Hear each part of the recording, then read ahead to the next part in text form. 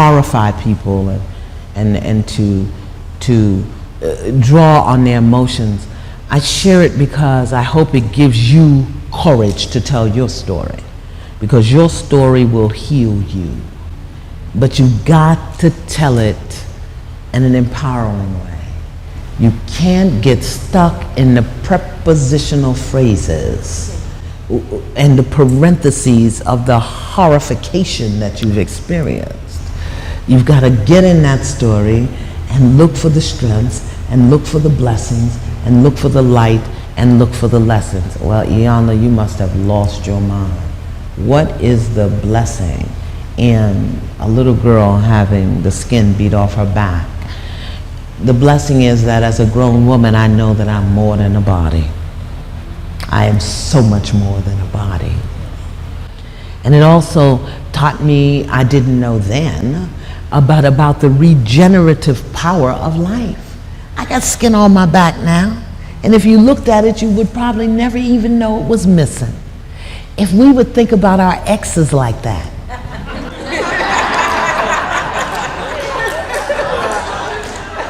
Imagine how much happier we would be. But oh no, we stay stuck in the crazy experience and the harshness of the story. And the thing is that we're not immune. Life happens every day, and it's going to continue to happen. And it happens in a way for us to grow ourselves up through the lessons and the experiences. Some of us want to stay little kids, just eating popcorn and having somebody else fold our underwear. That had no gender specifications whatsoever. We've got to grow ourselves up through these difficult experiences. And some of us think that because we had a hard childhood, we should have a happy adulthood. Or because we had an easy childhood, that we should suffer as adults. Let me tell you, suffering is not spiritually attractive. And it's hard on you. It gives you wrinkles. It does, it gives you wrinkles. I was a professional sufferer. I had a suffering outfit. I had a suffering hairdo. I had a suffering face.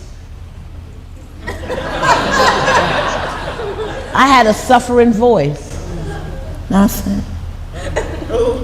Until I discovered, for me, the true meaning of suffering is the voluntary participation in an event, circumstance, activity, or situation. The voluntary participation in an event, circumstance, situation, or experience which you believe you are powerless to do anything about, so you stay in it. That to me is suffering. When we voluntarily participate in things that we know are causing us harm because we believe we're powerless to do anything about it, that's suffering. That and golf. Or the cruise ship. That's suffering. Everything else is what we make up because we have a gift for fiction. We have a gift for fiction because we're crazy. We always think somebody's doing something. Ain't nobody doing nothing to you. People are in their own insanity. They really are not thinking about you. If you get hurt or harmed or by their dysfunction, it's not because they was out to get you. It's just because they're crazy. They can't help it. Most people, human beings, standing in their humanness, not in their divinity, are totally out of their minds. Did you know that? Think about the last time you was crazy. I can see that eyebrow go up. Or some of the crazy things that we've done. And one of the craziest things that we do is believing that we're out here alone, that we're suffering alone, that we're on our own, that we're not only separate from God, but separate from each other. So that what we think about each other, say about each other, do to one another doesn't really matter. That is crazy. My dear friend Greg Braden, you know who Greg Braden is? He wrote Between Two Worlds. Greg tells this incredible story and shows this incredible video about these two premature twins that were born to a very young mother. And one twin was pretty viable, maybe 5 pounds, and the other one was very unviable, maybe 3 pounds. And so they put the viable baby in the regular nursery and just monitored her. And they put the unviable one, or the one they thought was unviable, in the preemie nursery. And she was all hooked to tubes. You know how they look when they're little like that. Oh my God, it's just amazing to me.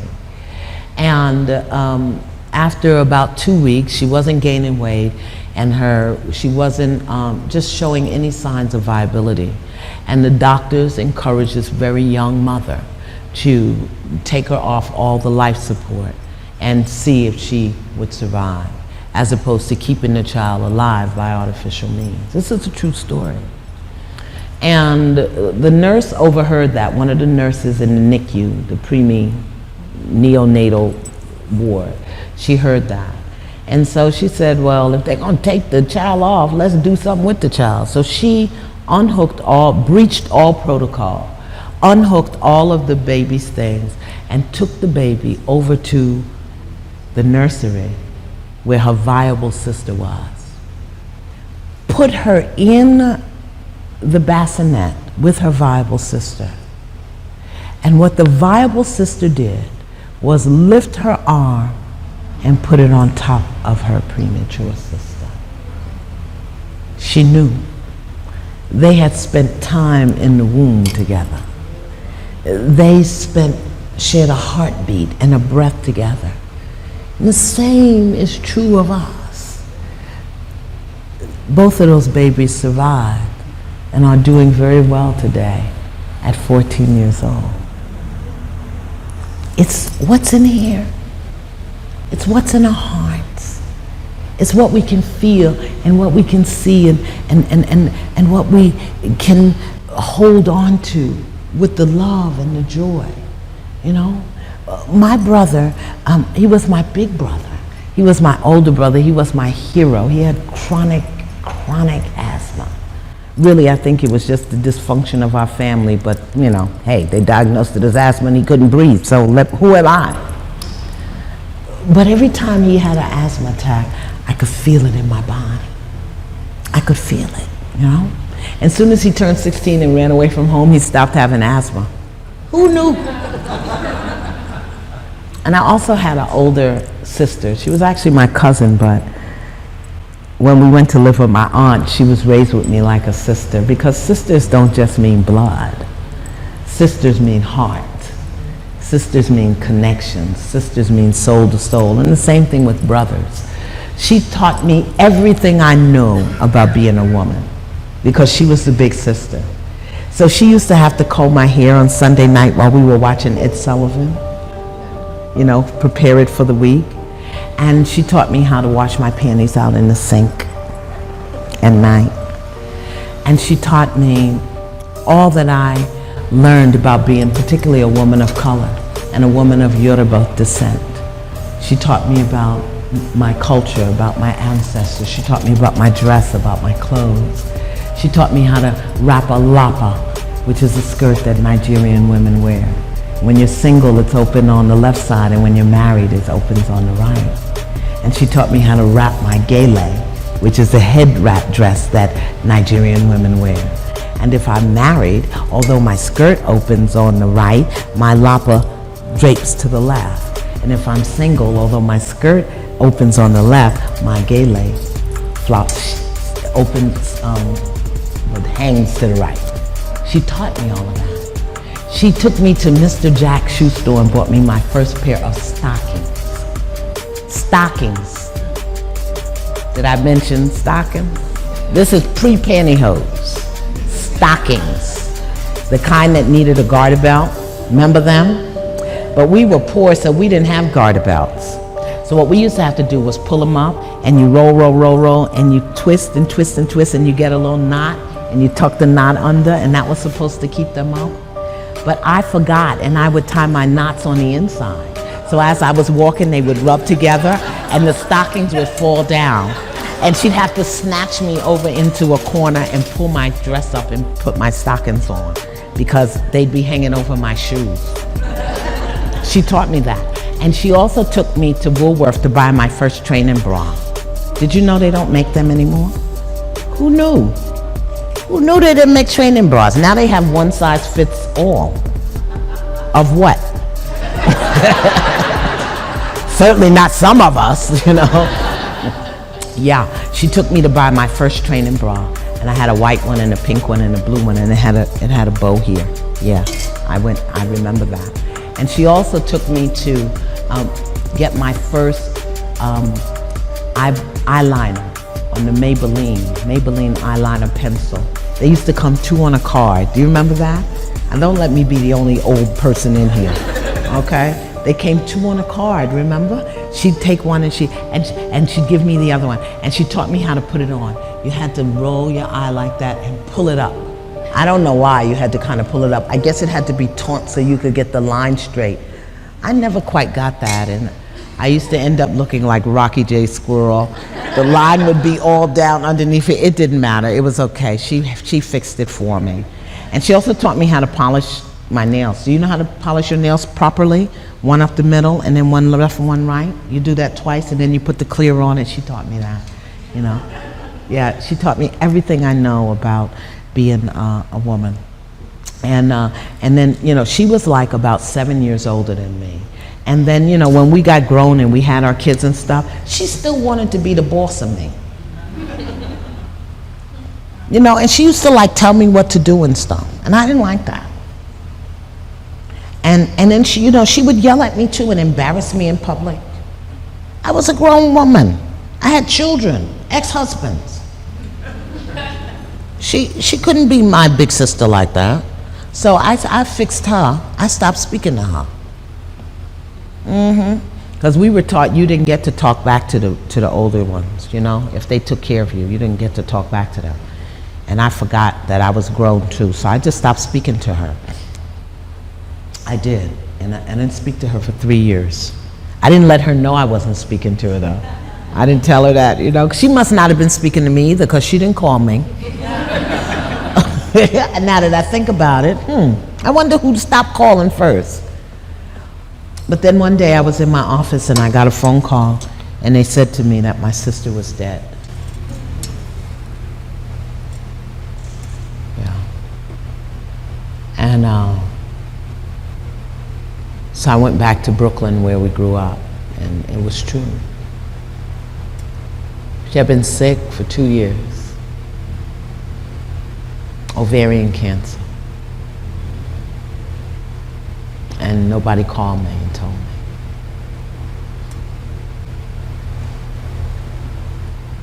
But you know, in African culture, they teach us that the way you honor people and honor their life is how you live what they taught you. That's how you honor someone.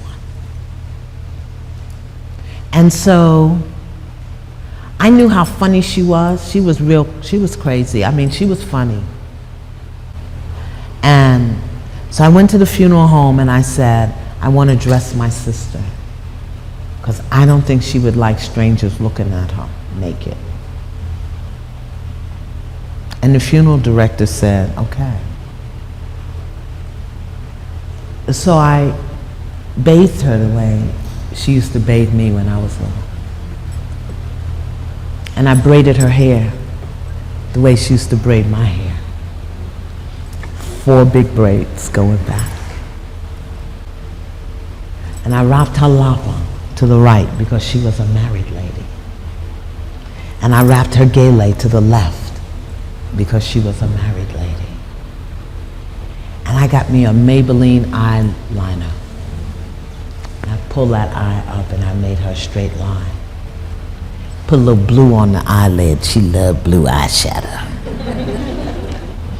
Then I went to the local drugstore and got some Jean Naté. Because my sister loved Jean Naté. She could drink it.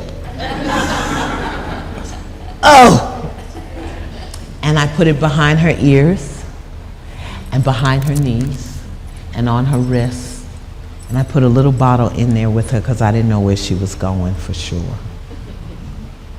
And I got her a little hanky because she taught me a lady never goes anywhere without car fare.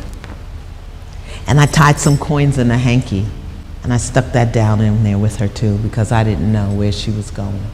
And I wanted to make sure that when she got there, whoever she met knew that her people didn't send her out with nothing. And I did her nails, one up the middle, one left, one right. I didn't do 2 coats though, I just did one. And I shared with her everything that she had taught me. And you know what I realized? It all fades in God. You don't remember why you're mad or why you're upset or why you're angry or why you withheld your love for so long. And I would give anything today to be able to pick up the phone and call my sister, because I needed her and she needed me.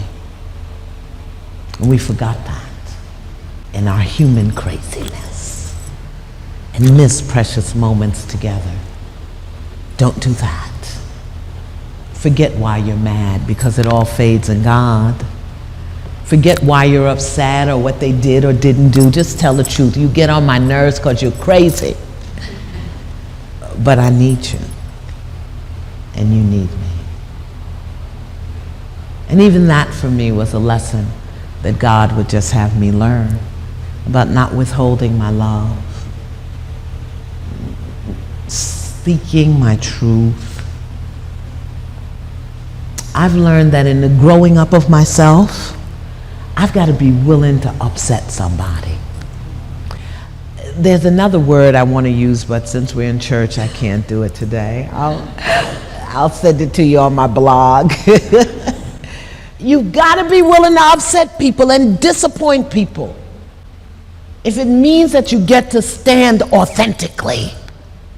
Because it's our inauthentic selves that destroy our relationships. It's our inauthentic selves trying to be everything to everybody and take care of everyone and doing so much for other people that we don't want to do. I am tired of taking you shopping. Take yourself shopping or stop eating and lose a few pounds. Just leave me alone. But instead we go along and we do these things and we do it with resentment and we do it, with back conversation that creates pollution in our relationships. We have to grow ourselves up from that and love people enough to say, you know what, I love you and I don't have time to run errands with you again this week. You're gonna have to get that handled. Or I love you and I don't like that you always call me when you're in crisis. Be authentic. Had I done that, I would have been able to spend the last 3 years with my sister before she left her body. And it all fades in God anyway. Don't withhold your love. It's a lesson. Somebody needs you and you need them.